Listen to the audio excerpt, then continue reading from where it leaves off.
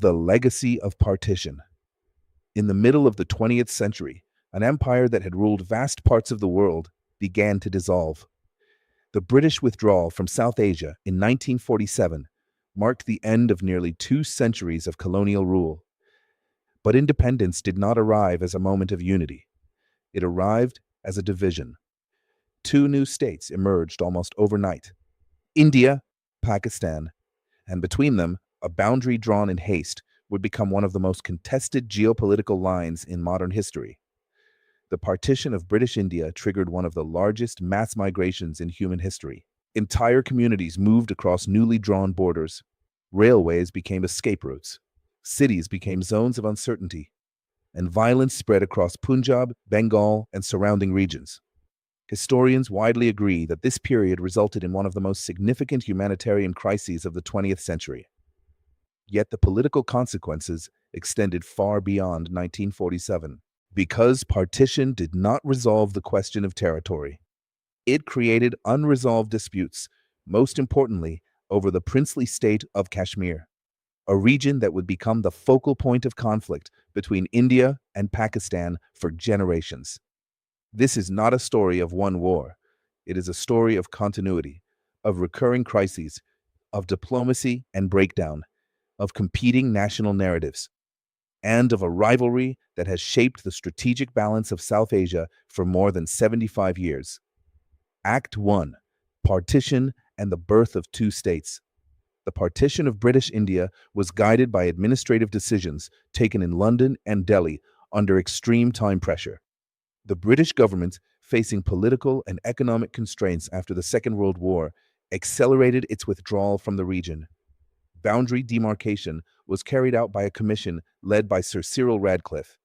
He had never previously visited the region, and he was given only weeks to draw borders affecting hundreds of millions of people. The result was the Radcliffe Line, a boundary that divided provinces, districts, and communities with limited ground verification. When independence was declared in August 1947, two sovereign states emerged: India, Pakistan. But the institutional framework for managing disputed territories was incomplete. The princely states, semi-autonomous regions under British suzerainty, were given the choice to join either Dominion or remain independent. Among these, Kashmir became the most strategically significant. Geographically positioned between India, Pakistan, and Central Asia, and politically complex in its internal composition, it became the central unresolved question of partition. The decision of its ruler, Maharaja Hari Singh, would soon become a defining geopolitical moment. Act 2: The First Kashmir War, 1947-48. Shortly after partition, armed conflict broke out in Kashmir. What began as localized unrest escalated into a full-scale military confrontation between India and Pakistan.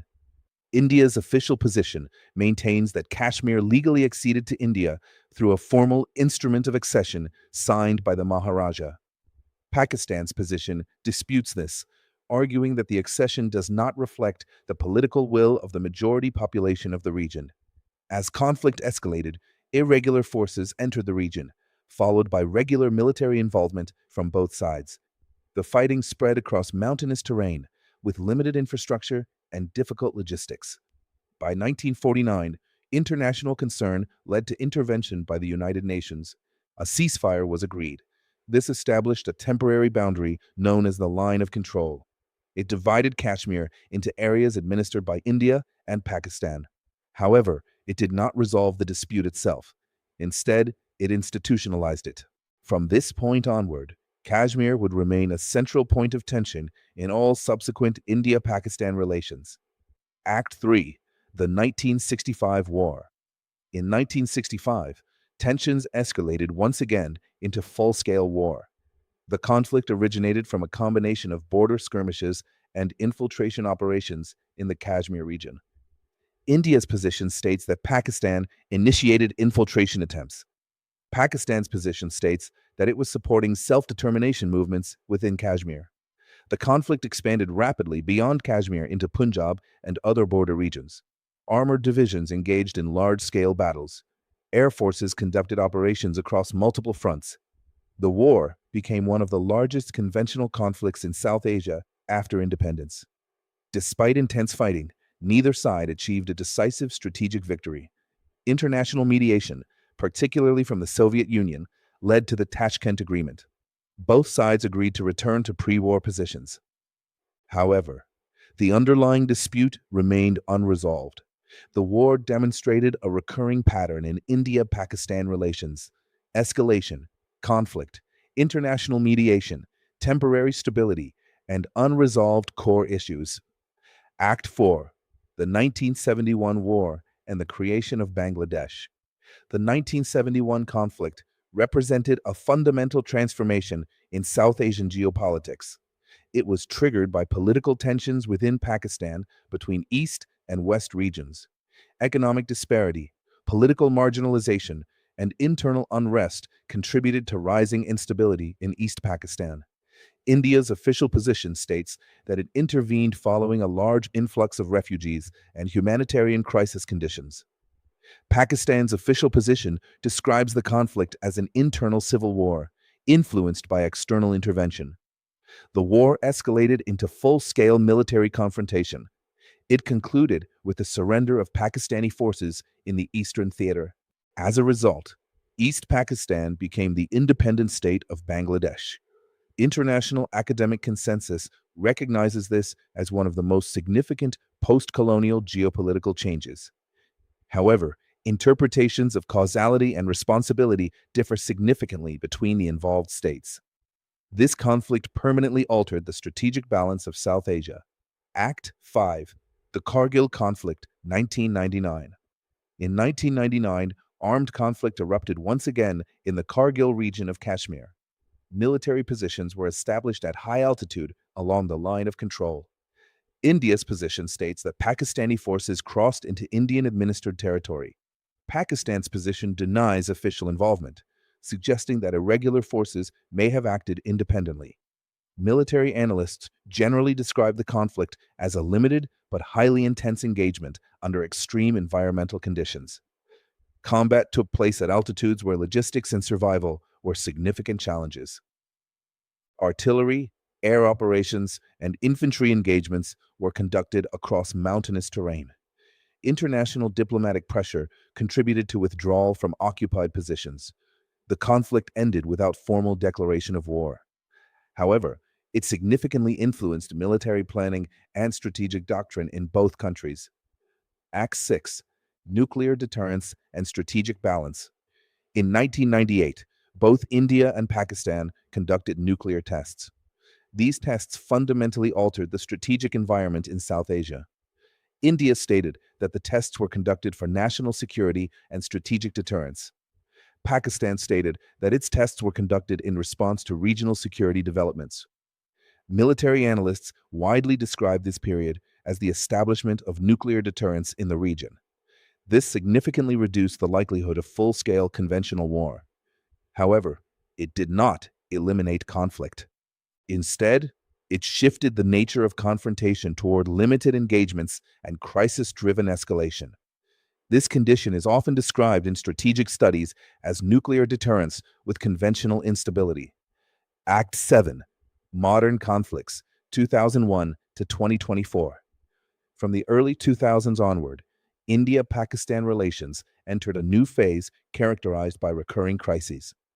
Key events include 2001 parliamentary attack tensions, 2008 Mumbai attacks aftermath, 2016 Uri attack escalation, 2019 Balakot airstrike crisis.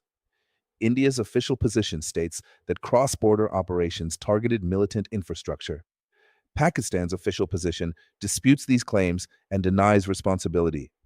Independent verification remains limited due to conflicting narratives and restricted access. Modern conflict is increasingly shaped by information warfare. Media narratives, satellite imagery interpretation, and digital communication platforms play a central role in shaping public perception. This has introduced a new dimension to the conflict, one that extends beyond physical borders into information and perception. Act 8. Historian and analyst consensus. Most academic historians agree on several key points. The conflict originates in the Partition of 1947. Kashmir remains the central unresolved territorial issue. Both states have contributed to periods of escalation. Military analysts emphasize the stabilizing role of nuclear deterrence in preventing large-scale war. International organizations, including the United Nations, continue to advocate for peaceful resolution through dialogue.